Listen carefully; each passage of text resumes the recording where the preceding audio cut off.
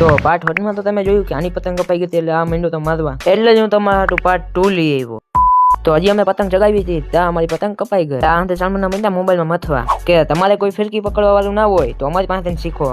ક્યાં વહી ગયેલા પતંગ? ખાલી આપણે કહે જ જો હે ને હજી અમને પતંગ દેખાણી તા તો અમારું કપાઈ પણ ગયું અને કપાણું અમારું રજીના તેડા થઈ ગયું. પછી પાછા કાના બાંધે ચગાવી નાખી આપણે પતંગ. દેખાય કે નહીં? દેખાય તો જ આવો. ઘડીક થયું ને પતંગ વધી ગયા ને માણા વધી ગયા. પતંગ ચગાવતો હોય પતંગ આવતી હોય ના પકડે એવું કદીએ બને.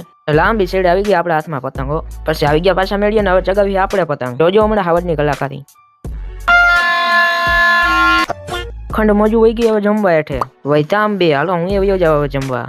આવી ગયા નીચે જોઈતા તો લાઈટ જ નહીં. લાઈટ આવવા દઉં ને બાપા. A few moments later. થયો લોંઢો ને આપણે સહમાં પહેરીને ચડી ગયા મેળી ઉપર. આપણે મેળી ઉપર આવીને જોયું તો અહીંયા અખંડ મોજ હાલતી. એક કાના બાંધે ને એક પતંગ સગાવે અને બે પતંગ લૂંટે અને આની પતંગ હોય ગયા અહીંયા ઉપર ચડીને જોવે. અને થયો લોંઢો ને થઈ ગયા જેતપુર પતંગ સગાવા. દી હાથમાં ગયો નાની પતંગ વહી ગયો છે.